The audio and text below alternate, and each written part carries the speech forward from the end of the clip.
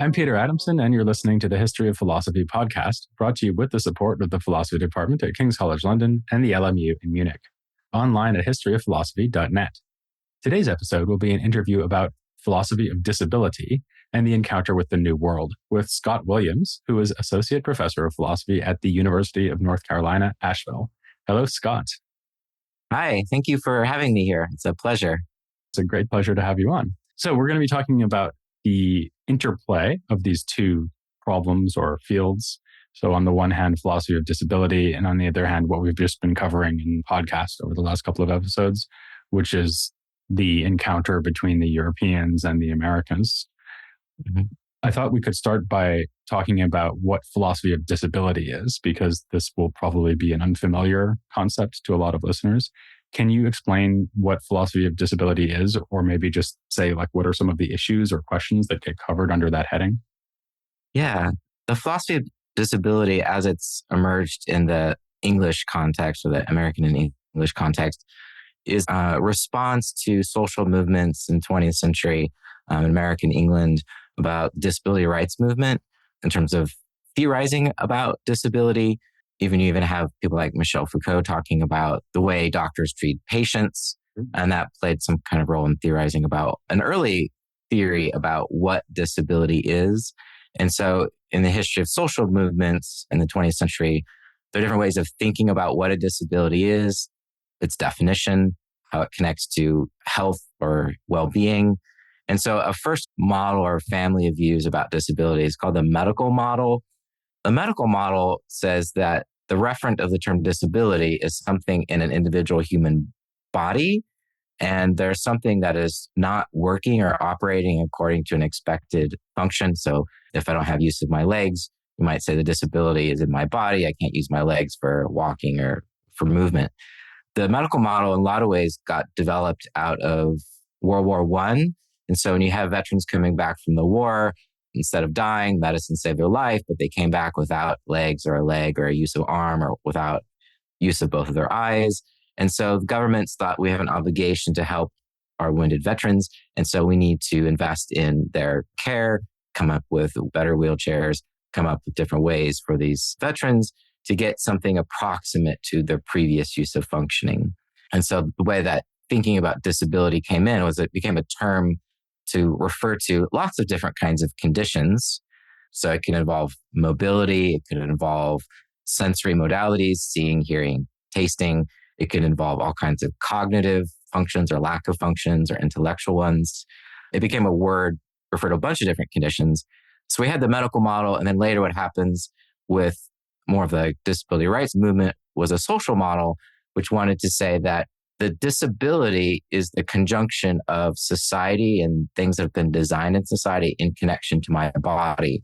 So, for example, if a person doesn't have the use of their legs and they're a wheelchair user, but then they need to get access to a building to vote or go to school, but getting access to the building requires going upstairs, then the thought is the social structure impedes me from doing something that I want to do and ought to do. And so it's society that disables me. The disability is a social reality. It's not just located in my body like the medical model might say. And so this kind of way of thinking about disability fit really well with the disability rights movement because it's a way to advocate for structural changes in society. So in the United States in 1991 with the Americans with Disabilities Act, which is about legal rights, access to buildings and places and spaces. And so there the thought is you have to change things in society. You don't have to change the individual, right, for the goodness to happen. And then since then, we've had hybrid models between a medical or a social model, because a problem with a social model is that it might locate all of the pain and frustration in social context and ignore personal pains or frustrations within a person's own experience of their own body, right, which might be independent of anybody else. And so we've had new kinds of models to try to integrate in both sides of thinking about disability. One of the issues about theorizing about disability is whether or not there's a good definition for all of them. So one of the big debates in contemporary philosophy of disability is what is the meaning of the term disability? So we have definitional debates, and there's a list of proposed definitions because it's supposed to cover all kinds of cases of disability. And so some philosophers have kind of given up on that task and said, well, it's kind of like a hodgepodge word. It can refer to a lot of conditions that don't have overlap between them. Another kind of debate about disability today is how it relates to health. What is health? Because health is kind of a normative idea, but it's also descriptive. And then another connection is how does disability connect to well-being? Both like a subjective sense of well-being, and then if you have an objective theory of well-being, how does disability connect with that? And so some people might try to give an answer that says, here's the definition of disability, and it always say lowers health or always lowers well-being. Another kind of position might say, no, it's neutral. It doesn't make a difference to health or well-being. That depends on other factors in an individual's life. And then other people say, well, life is messier than that. It really depends on the individual and their own social context. Two people with the same diagnosis could experience their disability in different ways. And so for one person, they might feel like their disability is a disadvantage to them because of maybe ongoing pain. Another person with the same diagnosis may not have that kind of experience. And so where we are in the debate today is trying to pay closer attention to a lot of counterexamples. There's a lot of hesitation about coming up with general definitions that are supposed to apply to all cases, though that's something that analytic philosophers would love to get at, right? The general definition. Okay, that was quite a magisterial overview of a whole field of philosophy. One thing I'm struck by is that you were really focusing throughout there on the question of what disability is or what it means, and maybe even whether it is one thing. Mm-hmm. Are there also questions that come up about how to treat disabled people, either at the political level or the ethical level? Oh, yes, absolutely. Here's a historical example. When COVID-19 began, there was a state in the United States when they're deciding who gets vaccines first. One of the groups not included on it was a vulnerable group of certain people with certain disability conditions, right? And so then the thought is their lives, according to the state, don't matter as much as other lives. And so then I have colleagues who work in the philosophy of disability who are advocating for the access to, say, vaccinations in that context. So there's definitely concerns about political rights, access, technologies, better wheelchairs, or better access to medications or better medications. Or there's also discussion of like informal contexts. If you're a person who's able-bodied and you see somebody in a wheelchair who's trying to open a door, you might be tempted to try to help them open the door. You might just walk over there and intervene and say, here you go, let me open this for you. And then the person in the wheelchair might be very offended by this, right? They might thank you or they might be offended by this. And so some philosophers like Adam Curtin, he's sort of advocated of a don't intervene unless you're asked to suggestion, because it takes somebody longer to do something doesn't mean it ought to take shorter, right? People have different speeds at which they do activities. And so you have to be super cautious about imposing your own expectations on other people. So those are some areas of philosophy of disability, sort of everyday life, political rights. There's, of course, bioethics is a major area, and that's where a lot of the debates are going on today. Okay, well, we could clearly spend a whole interview talking about that. This is a history of philosophy podcast. So let's turn our attention to history of philosophy. We're mostly going to be talking now about how philosophy about people who are disabled or supposedly disabled looks in pre-modern or early modern times. Before we get on to that, though, I wanted to ask you whether there's also an interesting issue to be confronted about philosophers who were affected by something that we might think of as a disability. So I was thinking about this beforehand, and a couple of examples came to mind from late antiquity, although we could probably think of more. One is Plotinus, whose student and editor Porphyry says that his eyesight was so bad that he wasn't able to proofread his own writing. And of course, he lived before the invention of eyeglasses. Maybe another example about how context affects whether or not you're disabled, right? What technologies are available. And then another example I thought of was Epictetus, who we're told had a disabled leg. Are these factors that we should be considering when reading their work? Maybe it's obvious that we should consider them, but it's not so obvious how. How do you think we should feed in disabilities into reading the authors? It's a great question. I think it's just as important as any other biographical information about a historical author would be. You list language, maybe religion, other kinds of factors about the person. If some kind of condition is a part of their social identity, then we could include that. But we have to be very careful and curious about whether or not their condition informed their philosophy, right? So we can be curious, like, did it? I need to wait and see. You have to be careful about reading into it. Like, just because a person has a physical disability or some other kind of disability, that doesn't guarantee that they're going to have a specific take on it, because people with the similar conditions may disagree with each other about it, depending on personality, their own belief systems, their own values, their own sort of social network that they have. So I think it's important to include it, like biographical information. But if there's, I think, something you discover by being attentive to their text, maybe if they say something or forward an argument for something that seems like it's informed by some evidence that they have, and they have that evidence because of their own disability, right, then that would be really important to pay attention to. But I think it's kind of like a look and see attitude would probably be best, rather than imposing on them whatever political agenda we may have today or otherwise, because we want them to, as much as possible, speak for themselves. And of course, in other cases where authors belong to groups that seem salient to us. So, for example, something I think about also is women authors. It seems obvious that you would think about the fact that, say, a pre-modern philosopher was a woman. Like, how could it not be hugely relevant for her living in pre-modern society? But maybe she doesn't think that's the most important thing about her as an author. So a medieval mystic might think the most important thing about me is that God talks to me, not that I'm a woman. Yeah, I think the look and see, let the authors direct. I mean, we can use hermeneutics of suspicion, but we also need to be mindful of imposing onto text our own interests. The example I gave just now, actually, Plotinus, I mean, I don't think Porphyry says this explicitly in his biography of Plotinus, but I always took it that what Porphyry meant was that Plotinus's bad eyesight was kind of an advantage rather than being a disability, because it helped him away from the body. And you can sort of see Plotinus thinking that, right? Mm-hmm. It's good that I don't have these kind of bodily distractions the way other people who have sharper vision. Oh, that's great. I didn't know about that. There are a lot of examples in contemporary philosophy of disability about this kind of thing. They call it disability gain. You get access to new kinds of experiences or new information because of the disability. I mean, and then there are doctors looking at this, like, if you lose eyesight, does that augment hearing? Does it augment other kinds of powers because you depend on them more for getting around? There was one phrase that I think it's helpful. I learned it from Ryan Mullins a bit ago about the concern about using general theories to apply to individuals, which is the label of identity hijacking, right? If you have a person with a certain disability, it's blindness, and you listen to their testimony about their own experience, that should teach you about what their experience is and maybe give you some probabilistic evidence about other blind individuals.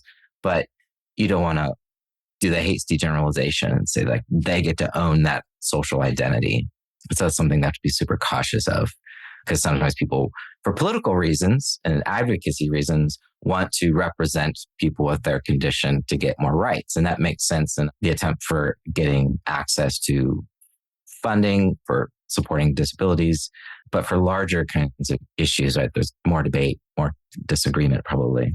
Okay, well, before we jump ahead from Plotinus to the 15th and 16th centuries, let's pause for a moment on the medieval period. And the reason I want to pause there is that this is something you've worked on and thought about quite a lot. Some of your work that's trying to bring the philosophy of disability to bear on history of philosophy looks at medieval philosophy, and in particular, the problem of personhood. Can you explain why that's relevant, first of all, maybe to medieval philosophy, then how it kind of has a dimension that connects with philosophy of disability? In contemporary ethics, you are introduced to the category distinction between persons and things oftentimes. And you say persons have intrinsic value, things only have instrumental value relative to persons.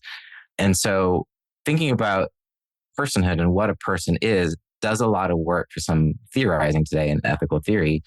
And so if you assume a certain definition of what a person is, then that's going to shape moral judgments you might make. So if you think a person is something like a being that is self-conscious, that is able to communicate to other self-conscious beings, that can deliberate, can have long-term plans, and other kinds of higher cognitive achievements, then you will assume that human beings that never engage in those kinds of activities would not be a person. And if you think personhood is what gives you moral status and equality, then you would be implying that there are human beings that aren't persons and so wouldn't have moral equality with other human beings. And this is precisely a kind of position that some philosophers today advocate for a graded ethical theory that some human beings matter morally more than others, depending on their cognitive achievements and long-term planning and things like that. And so my work thinking about the history of personhood is to try to undermine and bring further historical context to the classification of what a person is. Because most people engaged in contemporary ethical theory are unfamiliar with the Christian roots of the category or the classification of what a person is. In Christian theology, it's believed, right, that there's one God who is three persons, Father, Son, and Spirit. And in the incarnation, that there's one person, Jesus of Nazareth, who is human and divine. And so in the ancient Greek, Christian theology in Latin and Syriac and other linguistic groups, there's a lot of debate about what a person is and how it connects to nature, person and nature, and they distinguish those two. And so in my work, what I've tried to show is that there is a long list of competing definitions of what a person is, and that in many of those definitions of a person, rationality is not included in them. And so I've grouped these together like Byzantine theories of personhood. So rationality is not a part of those definitions of person, but it's with Boethius that we get introduced into the tradition. He introduces rationality into his definition of personhood, even though all of his Christian forebears didn't. And so it's an interesting question. Why did he think he needed to add rationality into the definition of a person? And so the Byzantine account of personhood, which is like an individual of a nature, versus the Boethian account of personhood, which is an individual of a rational nature, both of those accounts would, if we thought that was the basis for moral status, then every human being would have equal moral status because we would all be either individuals of human nature or individuals of a rational nature. Whereas modern notions of personhood add on these cognitive activities of self-knowledge, deliberation, and things like that. And so there's another historical influence on thinking about personhood, and that's with translations. If you look at a lot of translations of Thomas Aquinas' writings, sometimes you will see the word person used, but the word person is not there in the Latin. It's either human or just one or a subject, but oftentimes English translators will use the word person because of the contemporary use of the word person, which is something like a synonym for individual human. But I think what this does for the history of philosophy is it makes readers think that personhood is more in the ethical discussions when it is not. And so being attentive to the translation movements, the translation decisions will help us to have greater sensitivity to personhood. And one of the things that knowing about the history of personhood helps us to do is to not say things like, it's obvious what a person is to me, right? It's more like, if it's obvious to you, it's because you're influenced by who you read and your social and linguistic environment and how the words are being used in that context. And so once you're aware of the history, then that can help empower you to be better evaluating what work you think personhood should do for ethical theorizing. That's great. This is a kind of application for history of philosophy that I'm very much in favor of. It's giving us perspective on allowing us to take a step back away from, as it were, our own concepts. So that if we have someone saying, well, this person's severely cognitive impaired, so actually they're not a person at all, you can say, well, hang on a second. What assumptions are you making about person? And what are you building into that concept that you might think is obvious, but actually isn't obvious at all, because that's not how the word person used to be used. And so it's sort of up for grabs whether it should be part of the definition of the concept. Okay, that's great. So finally, let's move on to the main event of this conversation, which is the encounter between the Europeans and the Americas. There's a kind of obvious way where thinking about this in the context of philosophy of disability might arise, which is that it looks like Europeans, especially people who are in favor of, if not enslaving, then at least treating the Amerindians very badly, like Sepulveda, for example, it seems like they were thinking of all of the Amerindians as being effectively disabled, right? So not able to reason correctly, maybe also being physically rather unprepossessing. something they also sometimes say. Sometimes they also talk about groups of Amerindians as being some kind of monster, like supposed giants of Patagonia, who I mentioned in another episode. Is that the basic reason why it's relevant to connect philosophy of disability to this historical encounter? We have to trace it back to Aristotle's discussion of natural slavery and historical misinterpretations of Aristotle's discussion of it. Many people today, if they are familiar with Aristotle, or at least what is said about him, they should reread the text to see if what they think is there is actually there.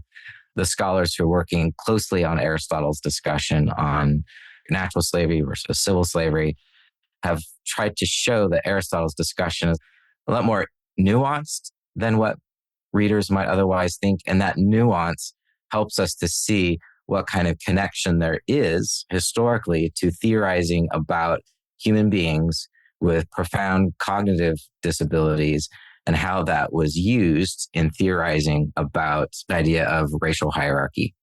And so the connection that I'm thinking about here with disability and these Spanish debates has to do with debates about what Aristotle meant by a natural slave. And so the readings that I've seen, the commentaries, people read Aristotle closely, think that he was trying to talk about individuals in a household with congenital, just from birth, doesn't matter what environment they're in, they do not engage in their own deliberations. They can sort of follow direction from the head of household. They can use their bodies. But Aristotle was talking about a group of people in a household, and he was trying to theorize about them.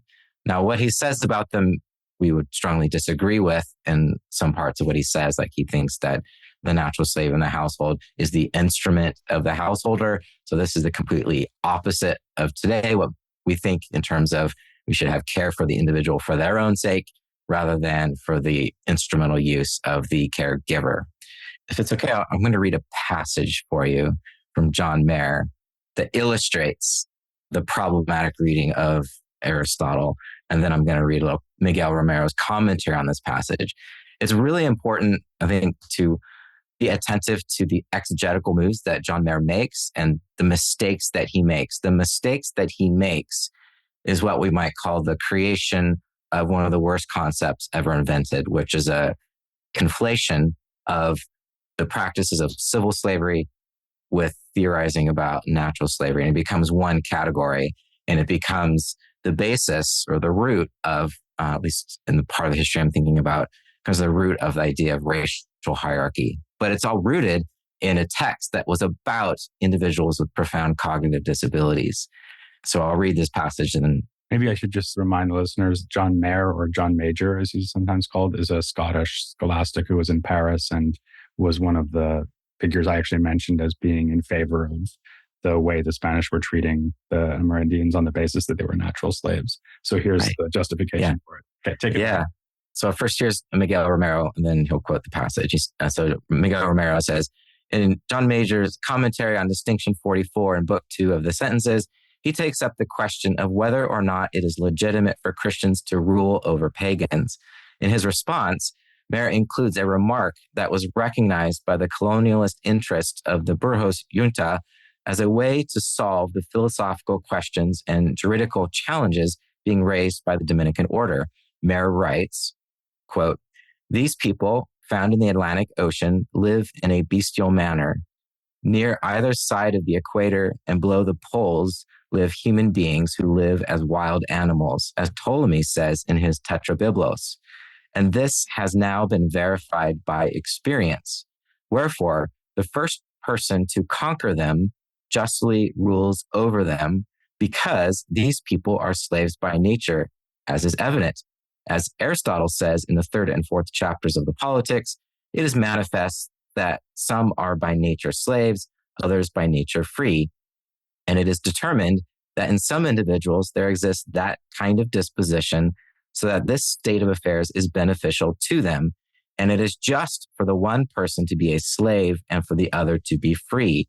And it is fitting that the one person rules while the other, in accordance with his innate disposition, belongs to this master, and thereby he is ruled. For this reason, the philosopher in the first chapter of the same book says that it is on this account that the poets say that it is proper for Greeks to rule over barbarians, because by nature, a barbarian and a slave are the same thing. So that's the end of Mayer's quote. Now here's Romero commenting on this. I've included the whole of the relevant section from Mayer's commentary. There are 4 important interpretive claims in Mayer's gloss of Book 1 of the Politics. First, the identification of an entire foreign people group. As already noted, this passage is the earliest extant example of the claim that the indigenous inhabitants of the Americas are in mass a paradigm instance of Aristotle's slave by nature. Second, the cause of the condition of the slave by nature. Mayer conflates Aristotle's account of the slave by nature with Ptolemy's astrological account of region-based racial difference. Third, the distinctiveness of the slave by nature. Mayer conflates Aristotle's account of the slave by nature figure with Aristotle's discrete accounts of non-Greeks, of bestial men, and persons subjugated through war. Fourth, the life of the slave by nature within the household. Mayer claims that the authority of the natural master over the natural slave is secured and enforced through the violence of war. Now, what Romero goes on to do is to show that each of these 4 points are 4 fundamental misinterpretations of Aristotle's text. That's a matter of exegesis. But what Mayer is doing in this paragraph that we read is taking what Aristotle said about civil slaves, and civil slaves, the practice was you can be subjugated through warfare. Instead of being killed, we can have you slaves, right? And this became a part of Roman law, for example. And then he contrasts this with individuals who are in the household who don't literally deliberate on their own, who need direction from the head of household. And what Mayer does is he puts these 2 groups together. It's an incoherent idea. It's a climate-based account of natural slavery such that all people in a certain climate become natural slaves. But Aristotle had said that a natural slave is something that is a part of the natural order, and it's individual. It's not a population-based thing. So it may be an individual in a household. But Aristotle's discussion of climate-based racial differences, if you live in a place that's too hot or too cold, this is going to have effects on your body, which will then have effects on emotions and intellectual activity and those kinds of things. So Aristotle distinguishes these 3 different, you say, explananda, but what Mayer does is he just lumps them all together. And it's also important to point out that in Mayer's discussion, there is no mention of skin color, right? It's just people described as behaving these kinds of ways. So the idea of any kind of colorism or preference for different skin colors, this theory that Mayer advocates or describes, right? You can use it to apply to anybody, or you could try to use it to apply to anybody. I found that there is a similar exegetical mistake at the very end of Avicenna's text on the metaphysics, where he talks about whether an imam, he needing laborers. And so he says that the imam can go conquer the Turks and the dark-skinned people in Africa, because Ibn Sina says these are slaves by nature, and we can just get them through warfare to work in the virtuous city. But Ibn Sina was not getting in all the textual details of Aristotle. So he also makes this kind of conflation. And so the idea of disability in this context is you had a historical text theorizing about human beings with cognitive disabilities.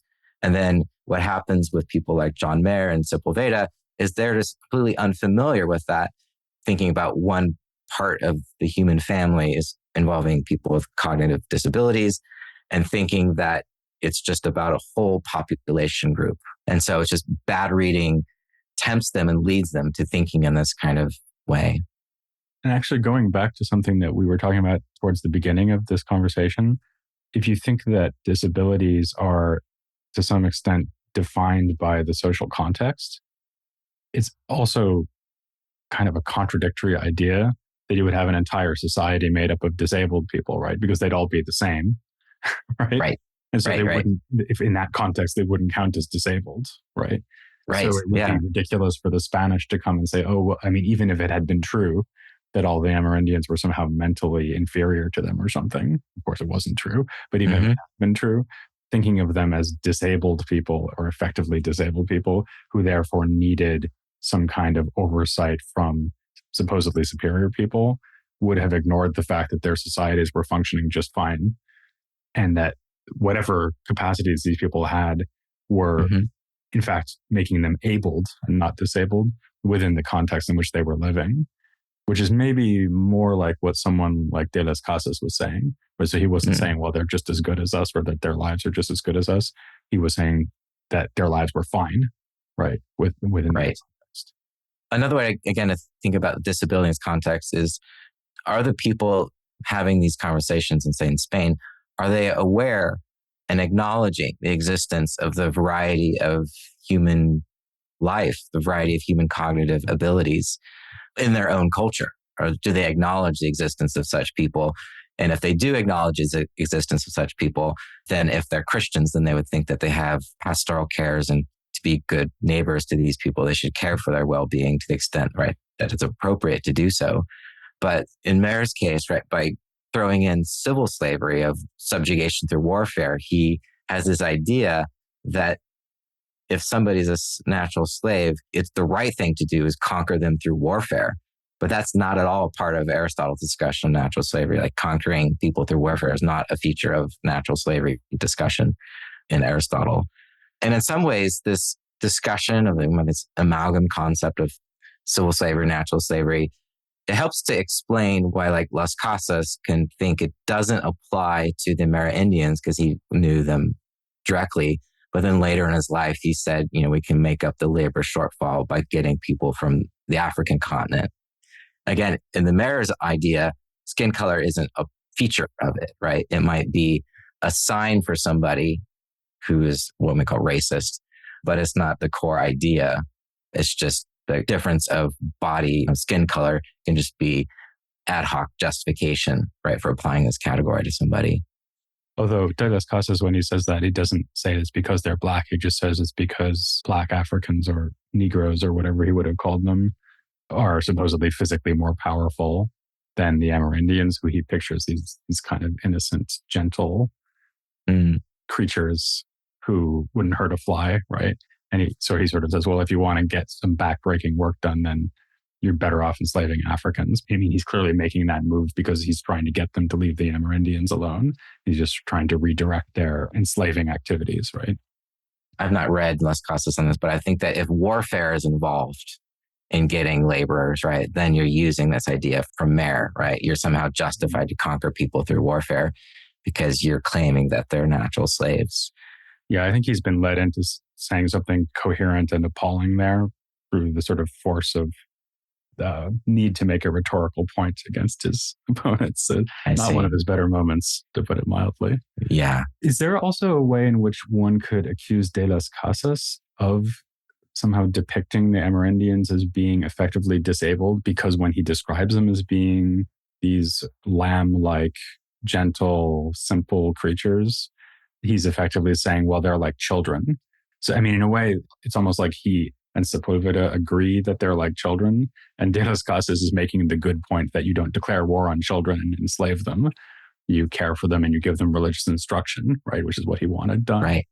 He does also say that the Amerindians are capable of pretty impressive feats, but there are some moments where it sounds like he's saying, well, they occupy some kind of lesser status than we superior Europeans do.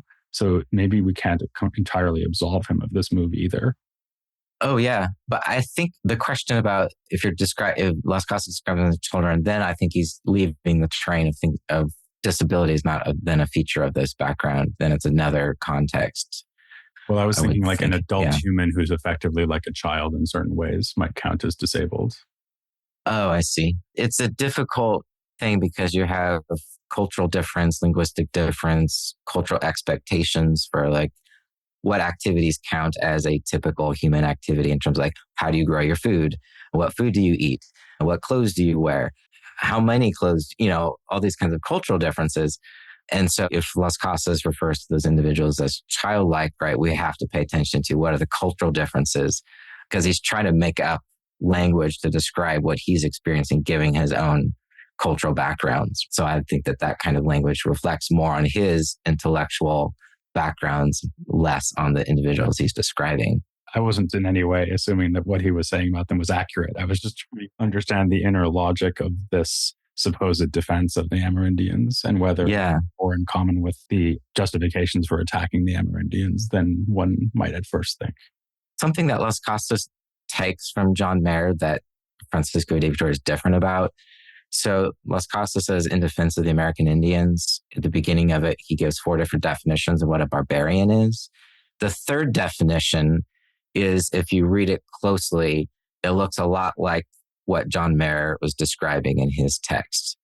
It seems like what Las Casas is doing is agreeing that there is such a classification, but just denies that it applies to the Amerindians. What De Vitoria does when he's addressing this is he just denies the classification as such, right? That's not a real classification. There is nobody in that classification that Mayer is talking about.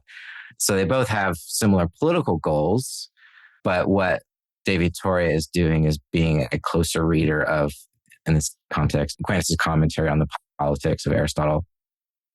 And De Vitoria is also more attentive to this discussion about use of reason and then how that connects to natural rights. So in his lecture on the American Indians, he talks about the theoretical case of human beings who are without the use of reason. And that's how Aristotle describes the natural slave. The person without the use of reason is the person who's not able to deliberate for themselves about how to achieve their own goals.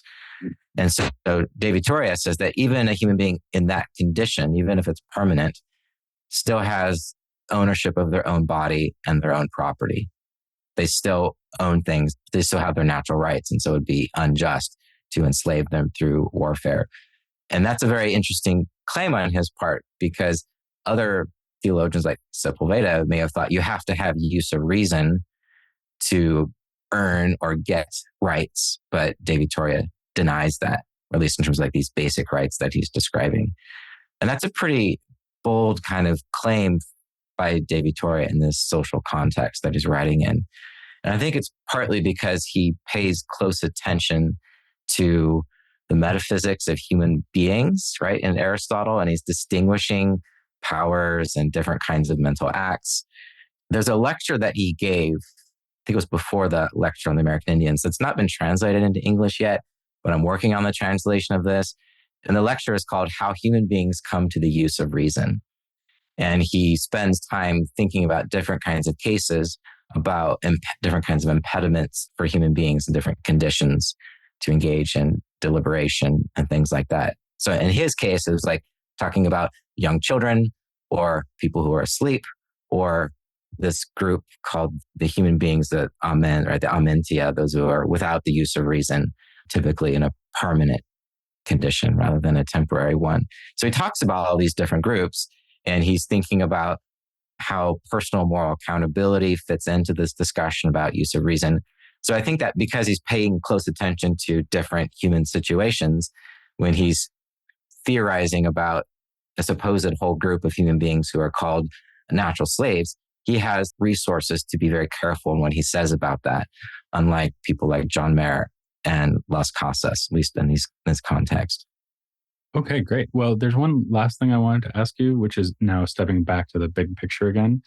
We've talked a bit about applying insights from philosophy of disability to historical texts and figures. And maybe we've also been suggesting ways that history of philosophy could inform philosophy of disability. And that's really what I wanted to ask you is, which way do you think that the insight flows here? Is your idea in combining these two things that you want to feed some historical examples into the philosophy of disability and enrich that debate? Or is it more like you want to take some conceptual tools from the philosophy of disability in order to do better work in history of philosophy? Or maybe it's both. For me, it should be both, or at least people should be engaged in those activities. So, for example, I think we will be better historians of philosophy if we attend to these less familiar kinds of cases and debates.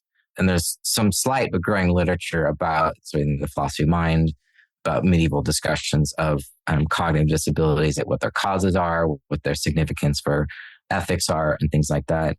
I think it enriches contemporary philosophical reflection on disability, because one example, of course, is the discussion of personhood earlier. The past can also provide resources of moves that we forgot, so to speak, and we can remember them, which might be helpful for improving current discourse. But I think in general, we should have kind of like this dynamic equilibrium where if you're, a graduate student in philosophy, you've got to learn some logic and maybe some metaphysics and some epistemology. If you add on their discussion about the philosophy of disability, and then you go read historical text, you're more attuned to what may be going on in the text. I think always being cautious, right? Not to read the past back into the present or the present back into the past. So I think this can enrich our understanding of the historical text and deepen our contemporary discussions. There's one kind of parallel that's occurred to me. So in contemporary philosophy of disability, there's this big debate between, say, Peter Singer and Eva Feder-Kittay. Eva Kittay is a strong advocate for disability and the equal moral status of profoundly cognitively disabled human beings. And when Peter Singer challenges her, he says, well, you need to have these higher cognitive functions to get moral equality. And so what Kittay does in response oftentimes is then point out specific activities. She speaks often about her daughter who has some significant disabilities. She points out things that her daughter does. She likes music. She responds in this way or that way. I mean, that's an appropriate response. But I think if you are familiar with this debate between, say, De Vittoria and Las Casas, or their different strategies, De Vittoria, he would probably say to Peter Singer, I don't need to point out achievements to earn moral status. But Kittay seems to be thinking she needs to point out achievements to get kind of moral status or moral equality. Whereas Las Casas seems to agree about achievements, and he's pointing out, here are all the things the Amerindians are doing. They've got families, they've got social structures, they've got all of their cultural practices is to try to support the rights of the Amerindians. So I think knowing differences in the history of philosophy can help us see more moves we can make in contemporary discussion. Well, in light of that, it's certainly overdue that we finally spend some time thinking about this here on the podcast. Better late than never, I guess. And maybe Absolutely. in the future, as we continue going through this through philosophy, we can keep more of an eye out for this kind of issue. In fact, I think this discussion has already made me realize there's a point I can make in the very next episode about a case where an author is writing about a disabled person's. We'll see that next time. That's going to be in the context of talking about humanism in Spain and Portugal, but especially Spain in the 15th and 16th century. So that's our next topic. For now, I will thank Scott Williams very much for coming on the podcast. Great. Thank you so much, Peter. And I will invite the listener to join me next time to hear all about Spanish humanism here on the History of Philosophy Without Any Gaps.